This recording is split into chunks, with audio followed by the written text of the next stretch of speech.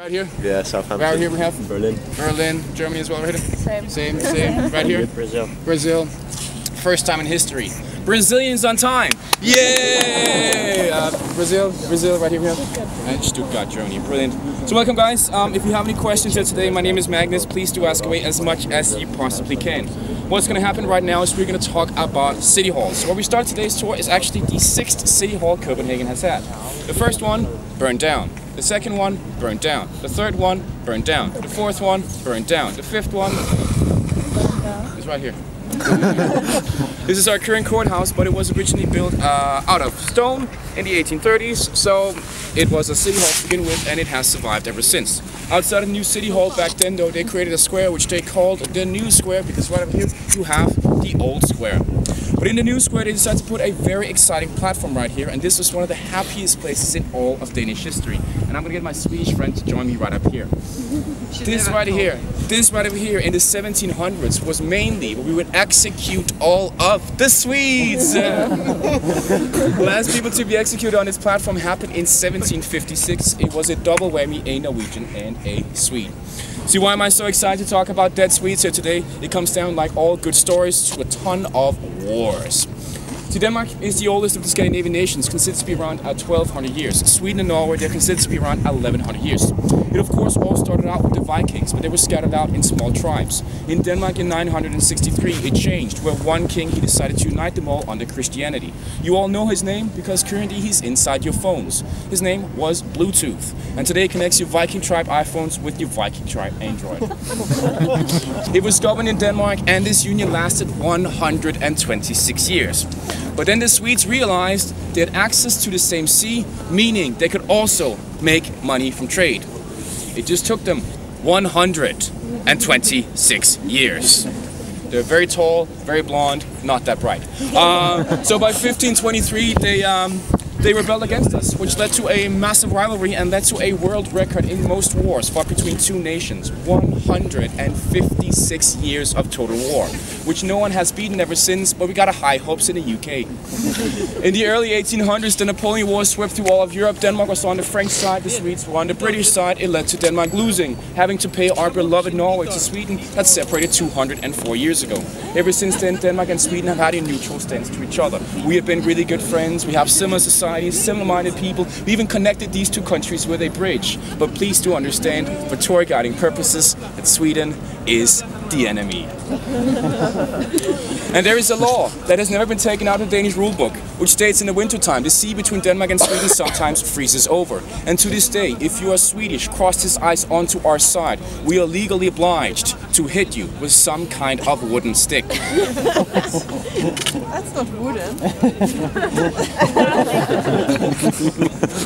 So if you misbehave here today, trust me, I have the law on my side. I'll just hand it to you and you go crazy, yeah. The Swedes have gotten their revenge, though, weirdly enough, through IKEA. Yes, it's correct. If you go to IKEA and you buy any of the furniture, everything will be named in Swedish, except for two things. Doormats and toilet brushes are in Danish. Can you feel the hatred? And you feel the anger? That was Scandinavian history in 5 minutes time. Let's give a round of applause to the Swedish friend for taking it. Good fun with us. We're going to stop doing that right now. We are going to talk about something else, and it's the main reason why all the Swedish people come here, and that of course is beer. Yeah, of course it is, exactly. We're going to walk over here. We're going to walk past the Church of Scientology. Do not make eye contact. Came down to hygiene. High quality beer at the time was beer that would not make you sick. That meant most of the times you'd end up with batches of beer that will literally poison you, but other times you'd end up with something even worse, called Heineken. Carlsberg was based on two criteria. First was clean water, second criteria was a dark room where his beer could brew at a nice and steady temperature. So they decided to separate it into two parts. Jacob took his part, called Carlsberg, and Carl took his part, which he named New Carlsberg. So now these two companies were competitors, and all the money Jacob made he no longer wanted to give to his son. So instead he took it all into his own charity called the Carlsberg Foundation. This charity helped us rebuild the city after the Second Great Fire. They've given us many artifacts to museums, but also given us plenty full of sculptures. One of these sculptures you can all go and check out at the end of today's tour. That unfortunately is also the world's most disappointing thing. It is of course the Little Mermaid. We do not like the Little Mermaid, which is why we have painted her red 3 times, blue once, cut off her head twice, someone once stuck a dildo onto her front head, and we've even exported her all the way to China, where she should have stayed. And I know my Belgian friends, I know what you're thinking. The mannequin Piss is the most disappointing one. No, he's cute, in his tiny pecker and everything. He's brilliant, it's fun. The Mermaid is just depressing. You can all go and check her out at the end of today's tour. He was a very skilled brewer, but he of course needed to distinguish himself from his father's company.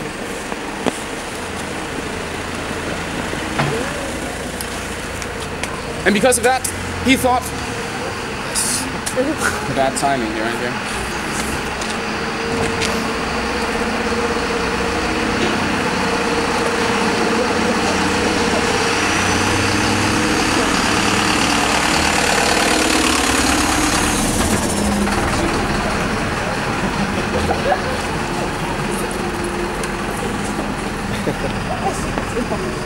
So Carl, he needed to distinguish himself from his father's company, and he needs to find a way to distinguish himself through a symbol.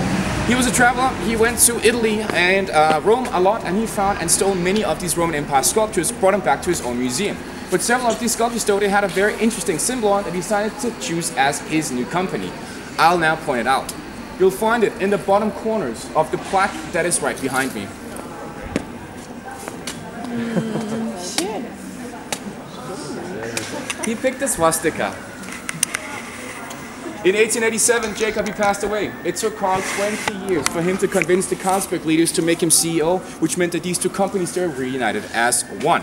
But he also brought with him his own symbol, and that became a bit of a problem for Carlsberg in the 1930s because there was a bit of a regime just south of here they wanted absolutely nothing to do with. So they went back to the original symbol, which was the elephant. Jacob saw the elephant as strong. Best mass-produced beer by Carlsberg is, of course, the elephant beer. Today, Carlsberg is the world's 3rd biggest brewery. It owns some of the biggest companies, including Copenhagen in Belgium, Kronenbourg in France, Mythos in Greece, Skål in Brazil as well, where you can keep that atrocious beer to yourself. But if you're planning on going out for a couple of beers tonight along with some traditional Danish food, my favorite restaurant is located just around the corner. Turn left and you're going to find Copenhagen Cafe. It is the oldest open restaurant in the city, and they have massive piles of traditional Danish food. Slab of meat, either pork or beef, a bit of potato sauce. So simple but so good. These courses would go for around 200 Danish crowns, and 200 Danish crowns for a course in Copenhagen is a very, very, very affordable price. If you want to go and visit the Carlsberg brewery, you can take a train directly to their own train station. It takes about 10 minutes and it costs 100 Danish crowns to visit, but it will include a single beer. In Copenhagen, that's in the pricey end. In Australia, bargain. But if you're going to go out for a couple of beers, you're of course also going to learn how to say cheers. To say cheers in Danish, we say skål. Skål. Comes from a bit of a Viking myth, which goes that the Vikings would chop off the heads of their enemies and drink from the skulls as a tribute to the Valhallan gods. It's a myth, I'm not sure if it's true, but it's pretty cool. How do we say beer in Danish? We say øl. Øl. The exact same sound my Scottish friends will say it tonight after drinking way too many beers. Øl. Øl. Now is the museum quarter in town. Please understand that all museums are open in the next coming days, but they will be closed on New Year's Eve and New Year's Days. Probably no one would go there anyways because they're going to be hungover. But nonetheless, one of the museums I highly recommend to visit is the Thorvaldsen Museum over here. Bertel Thorvaldsen, he was a neoclassicistic sculptor. He spent most of his life in Rome, and he is the only Protestant and foreigner to have a sculpture inside the Vatican, which is seen as an absolute honor. In the middle of the 1800s, he came back to Copenhagen, donated his whole collection to the city. You can go and visit the building for only 45 Danish crowns. But you have to be really into giant, naked, white old men. The building you have on the corner right over here is the National Museum. It costs 75 Danish crowns or 10 euros to visit. 20,000 years of historical artifacts, also of course focused on the Viking age. The museum is massive. But, right now though, we're going to switch topics. We're going to talk about the worst part of Danish culture, which is our language. See, the best description I have heard of the Danish language is a deaf Scotsman trying to speak German. And I think it sums it up pretty well. See, within Scandinavia, no one actually understands what the Danes say because we have a tendency to slur half our words. So that makes it difficult, and that's actually pretty much why we revert to English, because we're some of the best non-native English-speaking countries. For you guys to get around the city, I'm going to try and teach you some basic words. I'll start you off with something incredibly simple. Thank you is tak. Please is tak. To say you're welcome is selv tak. If you want to say hello, it is hi. If you want to say goodbye, and this is true, it is hi hi. What are you complaining about, Sweden? What are you complaining? It's easy. But it's one word you all need to know, one word that sums up what the Danish people are all about, comes in two forms. First is hygge, H-Y-G-G-E. Second form, hyggelig, H-Y-G-G-E-L-I-G. Directly translated to English, it means cozy or coziness, but there's so much more to it. It's a state of mind where you are relaxed, satisfied, and unhurried. Universally speaking, this was a couple of days ago. People come together for Christmas, eat a lot of good food, enjoy everyone's company, and drink way too much alcohol. This is pure hygge, but the Danes have taken this to the next level. Every single day has to have a part hygge to it. The Germans, of course, have a similar version, which is Gemütlichkeit. The Dutch have a similar version, with how do you say it? Gezellig. Yeah, when you sound like a coffee grinder, you're fluent in Dutch. It's very similar, but not completely there. For you guys to really understand what this word is all about, I have to use a pop culture reference, and that's gonna be Star Wars. See, in Star Wars, there's a mystical feeling that unites all the Jedi. It's a mystical feeling that connects them all, and it's known as the Force. In Denmark, hygge is the Force. The Swedes have a similar version of what hygge is, which is going out for a cup of coffee, which can also be very, very hyggelig. But if you are a German speaker and you hear this word, this will have a completely different meaning in your language. That is one of the most hyggelig things you can do. That word is fika, which is very, very hyggelig. Very, very hyggelig. We won't get through what it is in Italian either. That will keep us to ourselves. Hope everyone is having a hyggelig time. We're going to move a couple steps in this direction. Next up, we get to find it. Being from the late 1800s, he understood there's a big threat to the European monarchies known as democracy. So he decided to marry off all of his children to all the royal houses, which included the Russian, the Dutch, the Greek, the Spanish, but also the British. Some of his descendants would meet up some time after. One is called Queen Elizabeth II, one is called Prince Philip. See, when two people from a similar bloodline decide to hook up, it can lead to certain birth defects, which also explains Prince Charles. If you've ever wondered why Prince Charles looks the way he does, his parents are second cousins descended from the guy on the horse. It is not only on Game of Thrones, okay? And before anyone mentions it, yes, I know I look like Theon Greyjoy.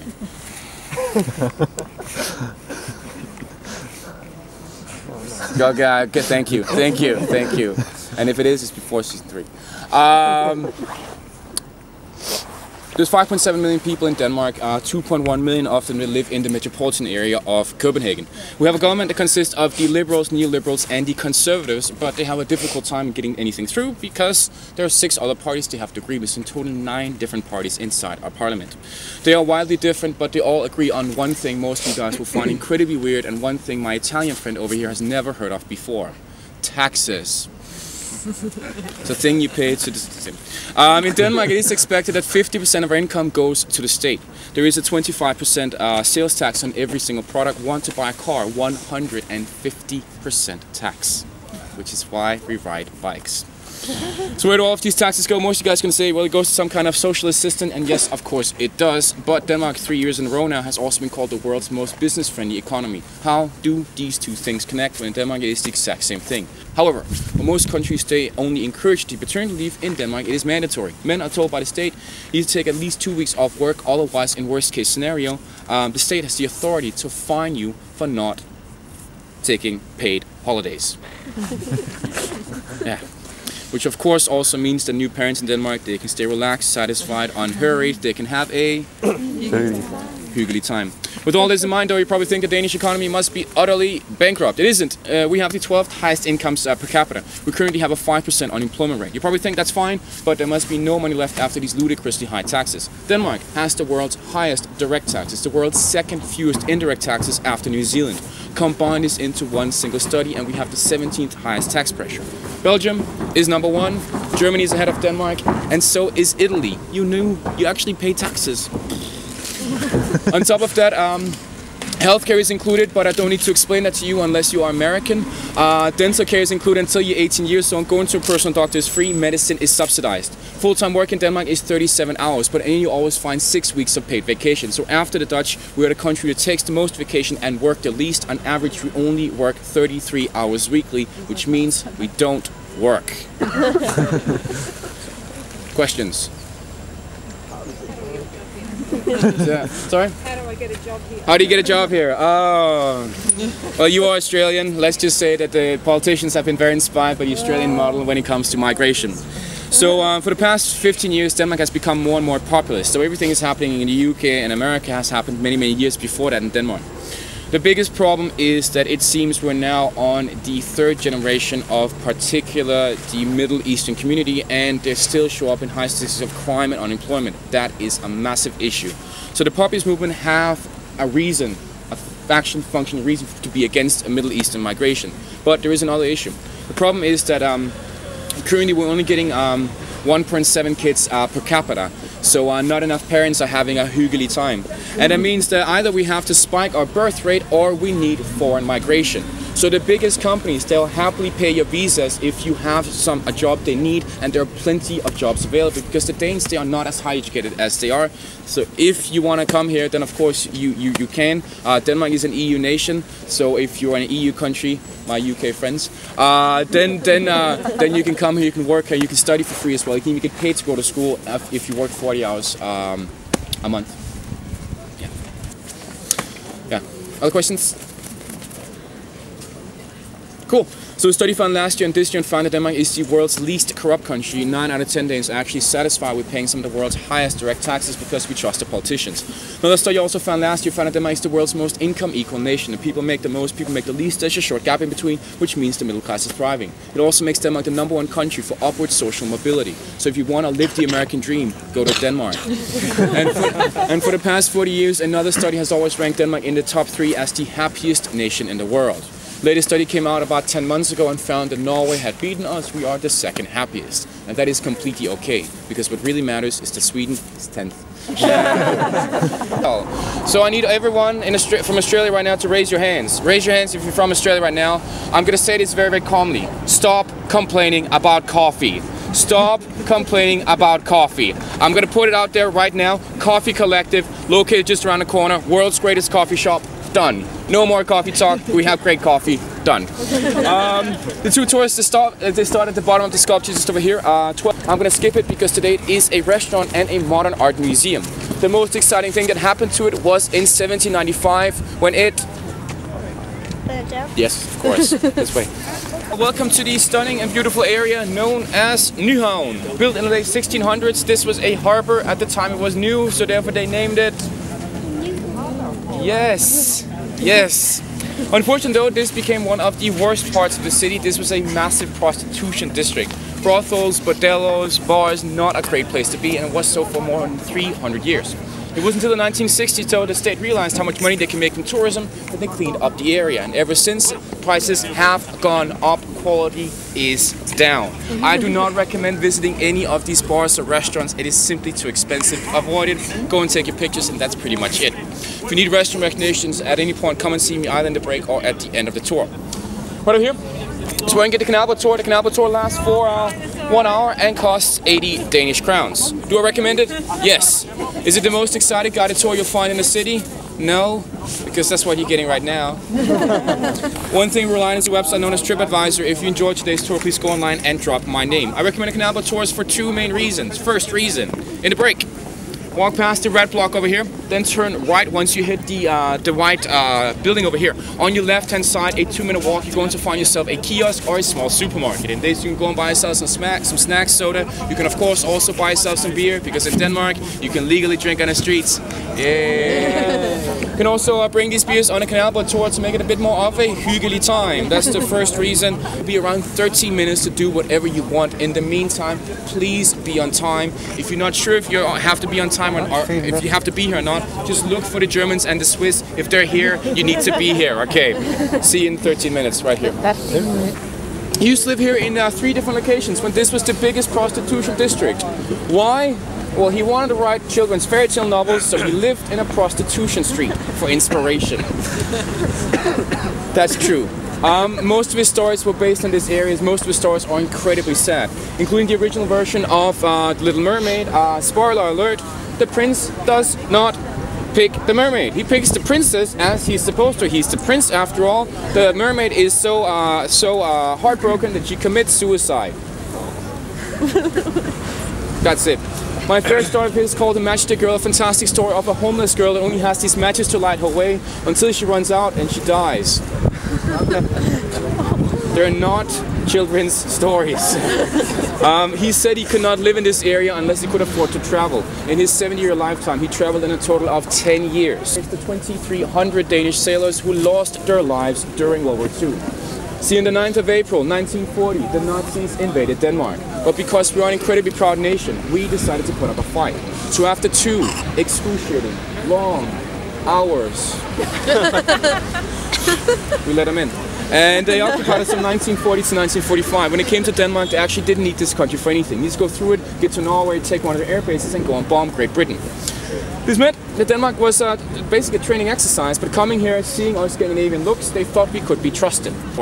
Right now, though, we're going to continue straight ahead in this direction. We're going to walk past this beautiful park. On the other side, we'll find the Swedish enemy. Embassy. Well, the noble famous, though, decided to combine these 2 palaces with this bridge. And the official purpose of building this bridge was to sign important documents.